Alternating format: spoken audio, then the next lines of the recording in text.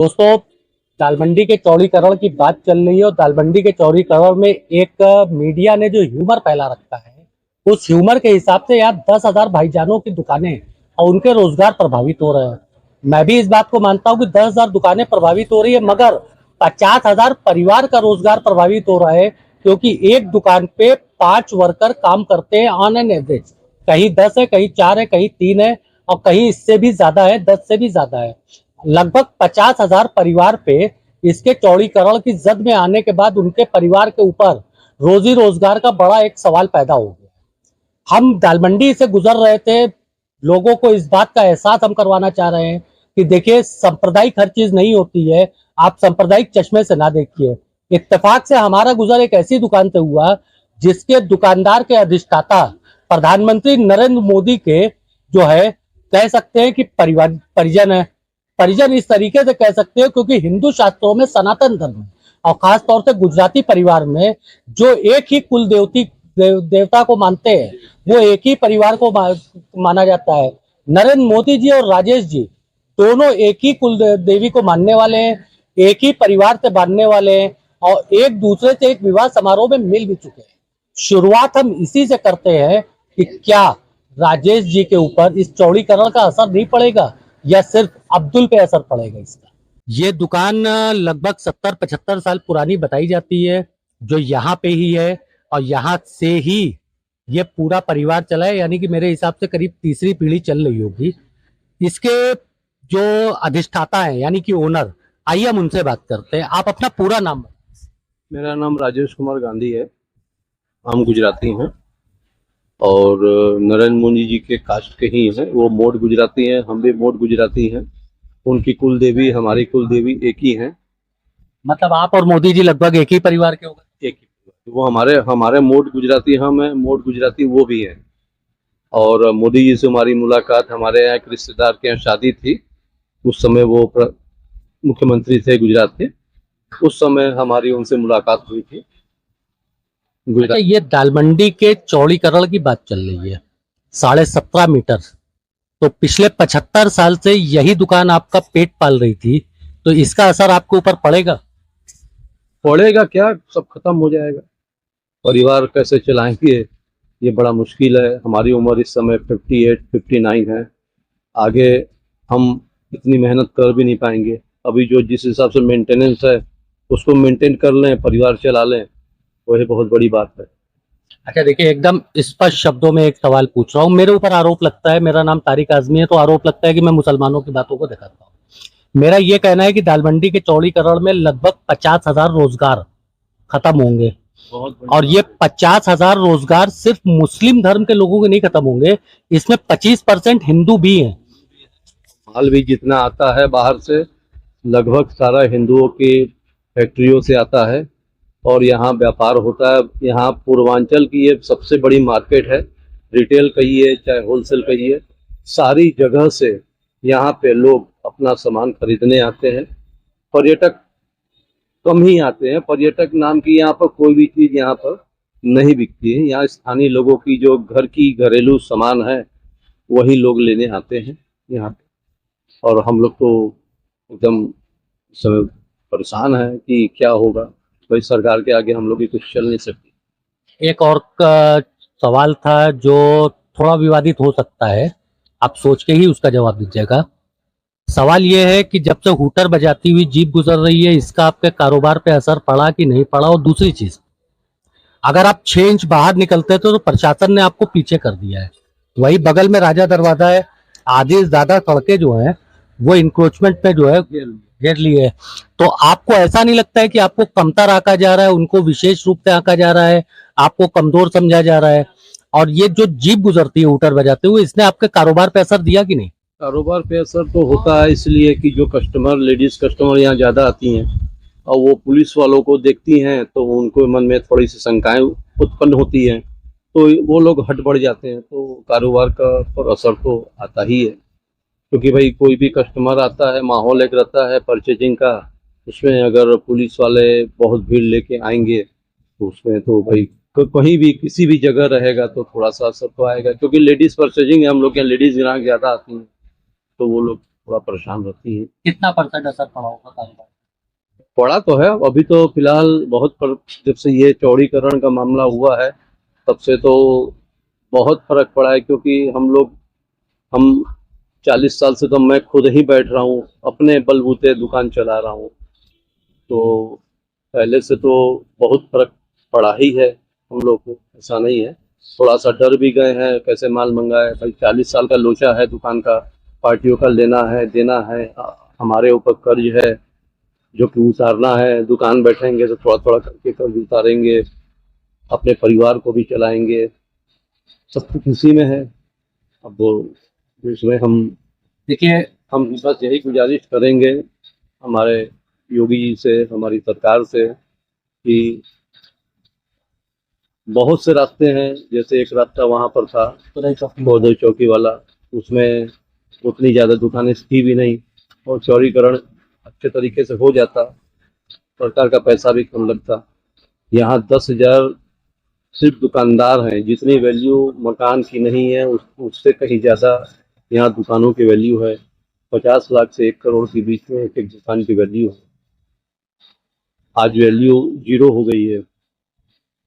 अगर सरकार अच्छा मुआवजा दे तो फिर वो बात अलग हो जाती है कि भाई हम कहीं और के बारे में सोचें। सवाल ये भी तो पैदा होता है, सरकार मान लीजिए आपको बहुत अच्छा मुआवजा दे देती है, एक बड़ी रकम आती है तो बड़े तरीके से खर्च हो जाती है, मगर एक बसा बसाया कारोबार जब उजड़ जाता है तो क्या इतने जल्दी सेट हो पाता है? नहीं हो पाता, लेकिन ऑप्शन तो दोनों ही हैं सरकार के पास। अगर यहाँ बनाना ही है, अगर ऐसा कर ही लिया है, तो फिर जो 10,000 दुकानदार हैं उनके हित के बारे में, उनके परिवार के बारे में, उनके फ्यूचर के बारे में उनको सोचना पड़ेगा कि आपका फ्यूचर कहीं नहीं जाएगा, आप कहीं और जाके भी आप व्यापार कर सकते हैं, ये भी एक ऑप्शन है। लेकिन एक बसा बसाया दुकान है तो उसमें क्या है कि उनका अपना अनुभव 30 साल 35 साल का हो चुका है, तो एक होता है ना कि एक दुकान मेंटेन हो गई, बस अब उनको बैठे बैठे उसको चलाना है, सब व्यवस्थित है। राजेश जी, व्यवस्थित बात राजेश जी, लगभग 40 साल से आप खुद इस दुकान पे बैठ रहे हैं। एक बड़ा अरसा होता है 40 साल का, मगर 40 साल से आपने हमने दुकान चलाई है तो अपने बलबूते चलाने में 40 साल। अच्छा, एक सवाल हमारा है, एक नवागंतुक भाजपा नेता है, उन्होंने कल सोशल मीडिया पे एक बयान दिया था, फेसबुक पे उनका बयान वायरल हो रहा है कि दाल मंडी में स्मगलिंग होती है, अवैध असलहों की तस्करी होती है, AK-47 और क्या क्या। आप 40 साल से इस मार्केट में हैं, क्या 40 साल से आपने कभी स्मगलिंग या इस तरीके की अवैध चीजें महसूस किया यहाँ पे? ये चीज तो यहाँ नहीं है, यहाँ प्योर व्यापार होता है, इसके अलावा यहाँ कुछ भी नहीं होता। मैं तो 40 साल से हूँ। 1992 में भी जब कुछ गड़बड़ हुआ था उस समय भी मैं यहाँ था। यहाँ के लोगों ने ही बहुत ही हमारे ऊपर ध्यान दिया। हम हिंदू हैं, मुस्लिम आबादी ज़्यादा है, भाई भाई की तरह सब लोग रहते हैं, एक दूसरे के साथ प्रेम भाव बना के रखते हैं, ऐसी कोई बात नहीं है। और ऐसी कोई बात है ही नहीं कि यहाँ पर 2 नंबर का काम होता है या स्मगलिंग होती है, ऐसा कुछ हमने अपने आंखों से नहीं देखा है। आप यहाँ पे संभाल रहे हैं अपने तरीके से 40 साल, क्या 40 साल से किसी दबंग ने आपसे कभी इच्छा पूर्ति अपनी चाही कोई भी? नहीं, ऐसा कुछ नहीं, अभी तक तो ऐसा कुछ नहीं हुआ। ऊपर वाले की दया है, माता रानी की दया है। यानी कि ये इस मार्केट के ऊपर एक सिर्फ पूरा आरोप है? हाँ, ये चीज ऐसी नहीं है, बल्कि धीरे धीरे बहुत सुधार हुआ है। पहले मार्केट का रूप अलग था, हमारे आने के पहले, वो तो सभी लोग जानते हैं दाल मंडी लोग, दाल मंडी, लेकिन अब पूरा दाल मंडी इलाका पूरा कमर्शियल हो गया है। सिर्फ यहाँ बिजनेस होता है, छोटा बड़ा होलसेल का बिजनेस होता है, रिटेल का बिजनेस होता है। कोई भी बंदा बनारस का या कहीं का भी उसको परचेजिंग करना रहता है तो वो दाल मंडी पहले एंट्री लेता है, क्योंकि यहाँ छोटे से लेके बड़े तक हर चीज उनको सही रेट में अवेलेबल हो जाती है। बहुत बहुत शुक्रिया राजेश जी। दोस्तों, हम खड़े हैं सोनल गारमेंट्स पे। सोनल गारमेंट्स लगभग 75 साल पुरानी कपड़े की दुकान है, जहां बच्चों के रेडीमेड कपड़े मिलते हैं। यहाँ पे जायसवाल साहब हैं, इनसे बात करते हैं। आप अपना पूरा परिचय बताएं। सुनील जायसवाल मेरा नाम है। सुनील जी, चौड़ीकरण की बात हो रही है, क्या इसके जद में आपकी भी दुकानें आएंगी? दुकान तो भाई सारी आ रही है, ये गलत तो हो रहा है। दुकान तो भाई सारी जब हमारी रोड पर है, उसी जद में तो हम भी हैं। क्या पिछले 7 दशक या हाँ। 7.5 दशक से आपके परिवार की दाल रोटी इसी इसी दुकान से पे चलती है, ये चली आ रही है। अब आगे क्या होगा, कुछ रहेगा, परिवार चलेगा कैसे, कैसे नहीं चलेगा, उसे देख के क्या करना। किसी ने भी, किसी भी सियासी दल ने आपका जो है इस तरीके से जो है आकर के कभी दिलासा दिलवाया? नहीं, ऐसा कोई दिलासा दे दिया है। हम लोग मिलजुल के यहाँ रहते हैं, कोई सी कोई बात इतने दिन से रहते चले आ रहे, बचपना हमारा चला गया, पिता ही चले। 70-75 साल हो गए आपको इस ज्यादा मार्केट में। ही हो गया होगा, कम नहीं हुआ होगा। एक बड़ा सवाल ये था कि इस दरमियान कई ऐसी घटनाएं हुई होंगी जो सांप्रदायिक हिंसा के तौर पे, तो कभी यहाँ पे आपको भेदभाव समझ में आया? ऐसा कोई कभी दिक्कत नहीं हुआ। कहीं में दंगा बहुत हुआ, 90 में हुआ, 92 में हुआ, उसके पहले भी हुआ, मगर ऐसी कुछ नहीं है। अच्छा, एक सवाल पूछना था। हमारे ऊपर आरोप लगता है कि मैं, असल में लोग नाम में मजहब तलाश करते हैं, तो मेरे भी नाम में मुझे मुसलमान साबित कर लिया कि मैं मुसलमानों की बात दिखा रहा हूँ। अच्छा, जिस आवाज को मैं दालमंडी की एक मुहिम चला रहा हूँ, चौड़ीकरण में लगभग 50,000 लोगों के रोजगार पे लात पड़ेगी, क्या मेरा कहा हुआ फिगर सही है? तो जरूर सही तो है ही है भाई, रोजगार राज पड़ेगा ही सभी के ऊपर। इनमें सिर्फ 50,000 में सिर्फ मुसलमान तो नहीं है? नहीं, सब है उसमें, हिंदू मुस्लिम सब है, और भी बिरादरी, अग्रवाल भी है, जैन भी है, सब उसी में है। एक फिगर अगर मैं एज्यूम जो मैंने किया है कि जो 50,000 परिवार प्रभावित होगा इससे, उसमें 25% परिवार हिंदू परिवार है। 25% आप मानते हैं? है। इतनी मकान भी एक हिंदू बार की फिर है। से आप दोबारा अपना नाम। सुनील जायसवाल मेरा नाम है। दोस्तों, आपने ये सुनील जायसवाल जी को सुना, हमारे ऊपर जो आरोप लगाते हैं कि मैं मुसलमान हूँ, मुसलमान की बातें करता हूँ, तो सुनील जायसवाल जी मेरे लिए एक इंसान है, एक दुकानदार हैं। 14 घंटा ये मेहनत करते हैं, रात की रोटी कमा के घर जाते हैं। और जैसा सुनील जायसवाल जी अभी हमसे बातचीत में बता रहे थे कि इस वक्त इनको रातों में नींद नहीं आ रही है, ये बेचैन रहते हैं कि चौड़ीकरण में इनकी दुकान जब में आएगी तो रोजगार कहाँ से चलेगा। और 25% सिर्फ मुस्लिम ही नहीं, इस पूरे 50,000 की फिगर में 25% नॉन मुस्लिम लोग हैं, वो भी इंसान है। मैं उनको हिंदू नहीं कहूंगा। ये 50,000 इंसानों में 25% वो हैं जिनको आप भैया कह सकते हैं, बाकी 75% को भाईजान कह सकते हैं। अभी और दुकानदारों से आपकी मैं बात करवाता हूँ। हम अभी बैठे हुए हैं गोल्डन हैंडल दुकान। ये लगभग 40 साल यानी 4 दशक पुरानी दुकान है, मगर यहाँ के काम करने वाले वर्कर से लेकर के इस दुकान के मालिक तक इस चौड़ीकरण की दहशत और आने वाली मुसीबत साफ साफ दिखाई दे रही है। कल से एक सोशल मीडिया के ऊपर एक नवागंतुक भाजपा नेता का बयान भी चल रहा है कि दालमंडी स्मगलिंग का अड्डा, भ्रष्टाचार का अड्डा, अपराध का अड्डा वगैरह वगैरह। वैसे तो ये खुद ही एक विवादित भाजपा नेता है, मगर उनके विवाद में हम नहीं जाते हैं। हम इन्हीं सवालों को लेकर के आए हैं। आप अपना पूरा नाम बताएं। भाई मेरा नाम मोहम्मद इसराइल है। इसराइल साहब, कितनी पुरानी दुकान है? लगभग 40 साल पुरानी दुकान है हमारी। 40 साल में अभी जैसे एक भाजपा नेता ने आरोप लगाया कि यहाँ स्मगलिंग होती है, भ्रष्टाचार होता है, गुंडाई होती है। 40 साल में आप तो कारोबार करते हैं, जी जी। कभी इसका एहसास हुआ आपको? कभी इस चीज का एहसास नहीं हुआ। और यहाँ टोटल ही व्यापारी हैं, सब लोग व्यापार करने आते हैं और सब अच्छे लोग हैं।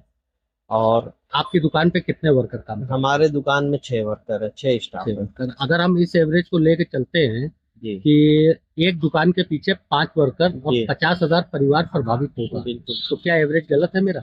एकदम सही एवरेज है आपका। हमारा ये भी है एक चीज कि इसमें सिर्फ मुसलमान ही प्रभावित नहीं है, 25% हिंदू भी है। हिंदू भी इसमें है, ऐसा नहीं है कि सारे यहाँ पे दुकानदार मुस्लिम हैं। इसमें 20 से 25% हिंदू दुकानदार भी है जो इससे बहुत प्रभावित हो। वर्कर्स भी हिंदू हैं यहाँ जी पे? बहुत है। जितने दुकानदार हैं 25%, तो मतलब स्टाफ भी है लगभग इसमें 60-40 का मामला है स्टाफ में। 40%? हाँ जी हिंदू स्टाफ। जी जी बिल्कुल।